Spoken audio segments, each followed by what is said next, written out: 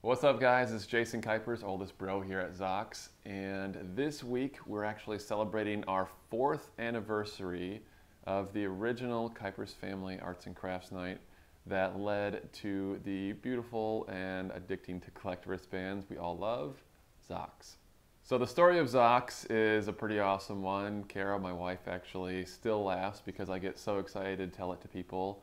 Even 4 years in now, she says she's amazed I can still talk about it with the same level of excitement. And I think that's a testament to the fact that it's something that I love. It's something that I'm passionate about. And today I'm actually going to share that story with you guys in a completely new way, obviously via video.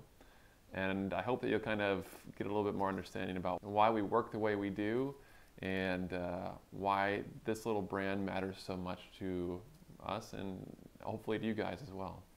So it was about 2010, early 2010. I was sitting in my apartment. I was living in North Scottsdale at the time. Shout out to my Arizona friends. And I was a huge shoe collector. I still am to this day. Love some Nikes, some Jordans. Flyknits are my favorite thing right now, in case you're wondering. And I had a pair of lemon lime colored Nikes. Now, these shoes were pretty crazy in their own right. They definitely did not need any accessories to make them match anything. It was pretty crazy looking to begin with, I'll admit that now. But at the time, I was looking at them, I was about to go out for the day, and I wanted a cool accessory to match them. One of the first rules of a sneaker collector is to have little things that match. The shoes need to have either a hat or an accessory, something like that, that they match. While everything else is kind of low-key, it's kind of the last thing that you would pay attention to, I guess. So I wore these shoes. I actually decided for some reason to go to a fabric store, and I bought some elastic in both white and black. I bought some paint markers, and I bought some silver thread. I went home, and I got to work. Sat down at the kitchen table, and the first wristband I created, actually I should say I only created one because I was so impressed that it worked that I just wanted to wear it immediately, was actually this beauty right here. Super, super simple design, obviously, and it was completely done by hand. You can still see my really horrible stitching efforts right here. You can see on the back it kind of crosses right through. And that was it. I made the wristband and I wore it out that day, showed all my friends, and they all thought it was a slap bracelet. But when I snapped it for them and showed them that it actually could indeed stretch, they thought it was pretty cool. At that point, I never really thought about doing anything with it. It was just something to do for fun. And there's kind of my artistic side, I guess, showing through in my own way.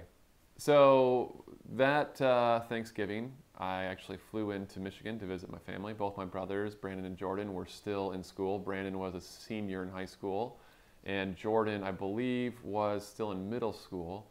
So we got back to Michigan. They both immediately asked me about this wristband I was wearing. They thought it was pretty cool, and I was like, we should go to the fabric store and I'll buy some of the same stuff and we can make some more of them. So we sat down at my parents' kitchen table in Hudsonville and drew out multiple different designs, most of which are circles, squares, triangles, dots. And then I did one that was actually a random splattery kind of thing because I thought that might be like really artistic looking. So we sat down and did those. My mom sewed them together. It was really hard for her to sew them on her sewing machine because obviously they're pretty small to begin with. And my dad suggested that we call them Zox straps. We all laughed. We thought that was a horrible name.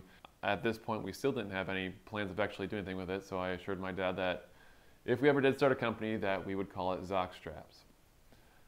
Both my brothers wear the wristbands to school, and by the time they got home, I still remember this like it was yesterday. I was sitting on the couch, and they both walked in and were like, dude, we need to figure out how to make more of these. And I laughed, and I was like, what do you mean? And they said the kids at school thought they were pretty rad. They were asking where they could get one from. So we sat down and we thought of the 4 things that we really wanted to be pillars of our newfound company, Zox Straps.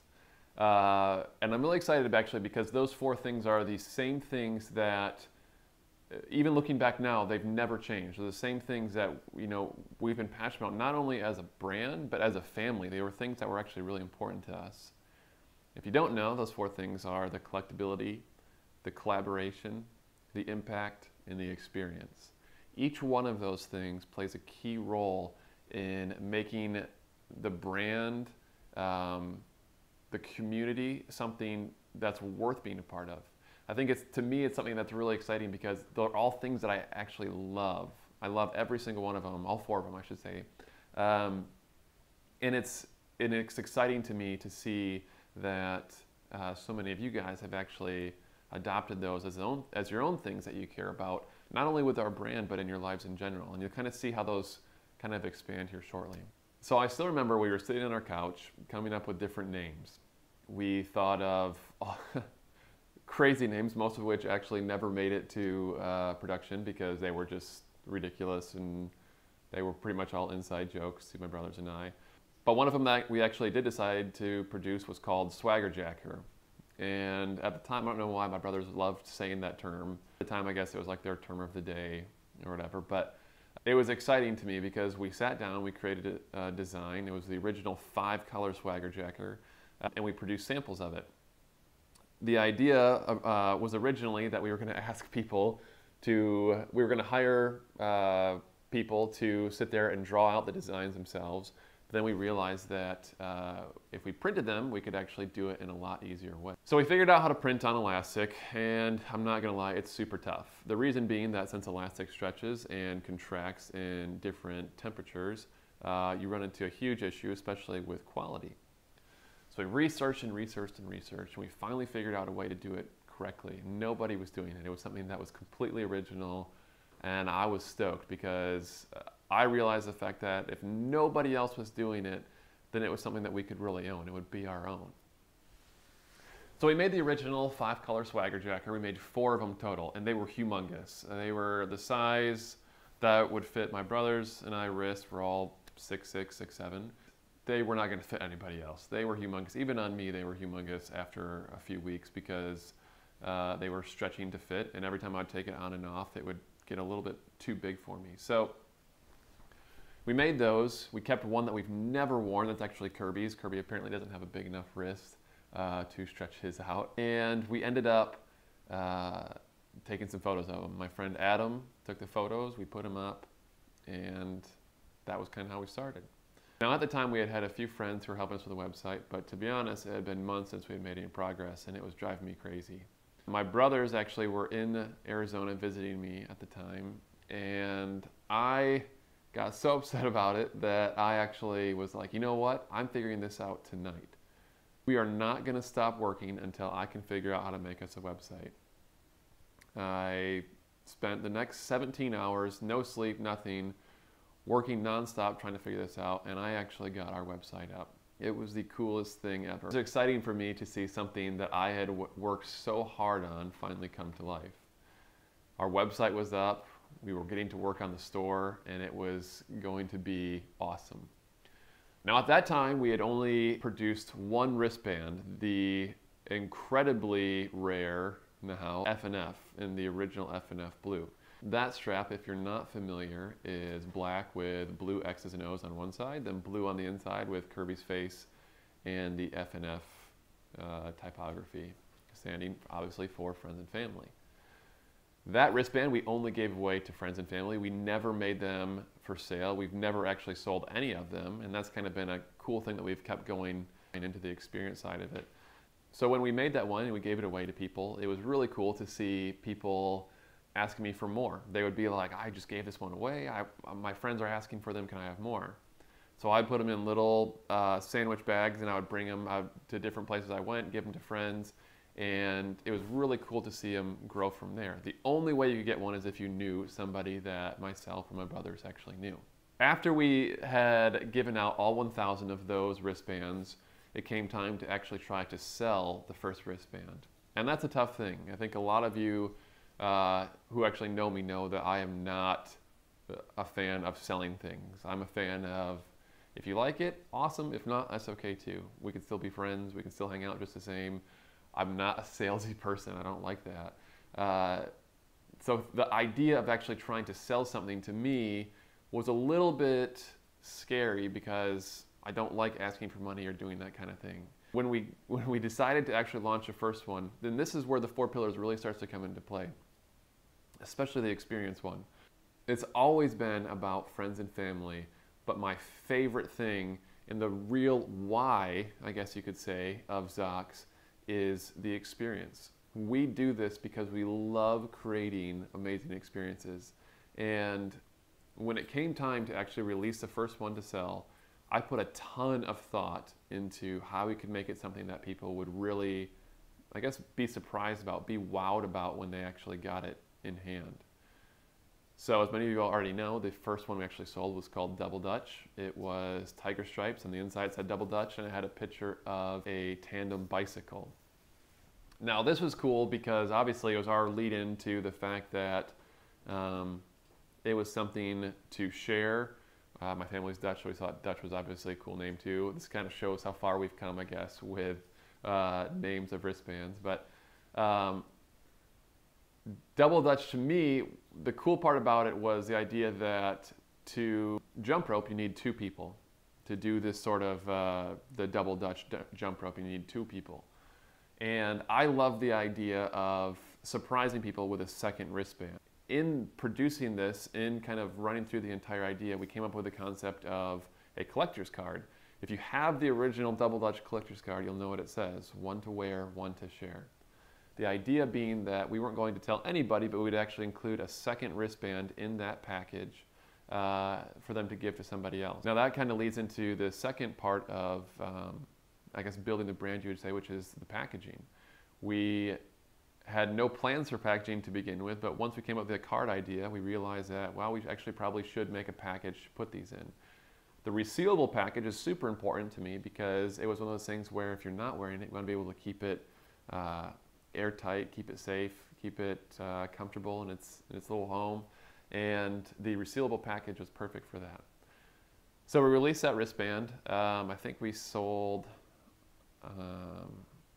20 of them our first night. And I remember just being ecstatic. Like I was going crazy. My brothers are going crazy. And more than anything, it wasn't the fact that we were actually selling them. It was the fact that people actually cared. People thought what we were doing was cool enough that they were willing to actually spend their hard-earned money, something that they've given up a portion of their life at their job to earn. They were willing to spend that on something that we had created. And I think that's a huge responsibility for us as a brand. And we've realized that we had to be mindful of the fact that people were willing to spend their hard-earned money on something like this, and we had to be responsible and actually create those experiences that would warrant that. I think that's kind of something that a lot of brands don't really think about, the experience behind it and why it actually is so important. And for us, it's been something that has been just a pillar, like I said in the very beginning. It's been a pillar of everything that we've done in creating something that just wows you, that gets you excited. Everything we create is made off of the idea of if it would excite us, if it's something that we love. Even the gold stitching, for example, is something that we loved. It was the idea from Charlie and the Chocolate Factory of the golden ticket. I love that concept. I love the idea of opening it up and hoping that you got the special edition one, that you got something rare, that you got something super limited. The individual numbers on the inside, the fact that no two are ever the same. I think those are things that people gravitate towards because it's something that no matter what your age is, you can get excited about it. And it's okay to get excited about it. It's awesome. We get excited about it. I still get excited about every single one we do. And every single Thursday, we sit here and we're talking about, not only that strap, but the ones coming up and what we can do to make the experience even better. And I think that really has been the journey of Zox, where we've come from 4 years ago to where we are right now and where we're going. It's something that as we continue to grow, the experience will always continue to get better. The family grows every single day, and that's amazing. I love getting to interact with everybody, and I think that it's a really unique sort of setup that we have that not many people are used to, where we run the brand. My brothers and I, this is ours, it's our baby, but we still get to talk with you guys every single day and take your input and take your suggestions and get to be a part of your lives. And that's something that we're incredibly grateful for. The collaboration, the artists that we've gotten to work with, the art that I've seen. Brandon and Jordan can both attest to this. Like, I get so stoked when I see new artists submitting works that we can work on for the Artist of the Month, the different collaborations. It's phenomenal. And the impact. You know, the past 2 years in a row now, we've helped raise, last year I should say it was just under $1 million. This year was over $1 million for different charities. That's insane. But that's one of those things that to me is like, it shows that we can help people make a difference. We can help people make an impact. Such a small, tiny product. It's so crazy to think about that something this small could make such a huge impact on so many lives all around the world. So my point in sharing this story with you guys today, and as we go into Thanksgiving and the holiday season, I think a lot of you already know Thanksgiving is my favorite holiday. It's one that I love, and I wish that people could have the mindset of all year round. I think it's something that, you know, realizing all the things you have to be grateful for is powerful. It's something that keeps you happy, keeps you in check. It's one of those things that I feel like there's never room to be ungrateful. We have so much. We have so many things to be thankful for. And my encouragement to you guys this week, and obviously year-round, is that you'd remember that. That you'd remember that every single one of you can make a difference, can make an impact, can be a person that causes change in a positive way. And myself and my brothers and the entire Kuipers family is sitting here and we're rooting for you. That'll do it for now. Thank you so much for taking the time to watch this. I really appreciate it. And I hope you guys have an awesome day. We'll talk soon.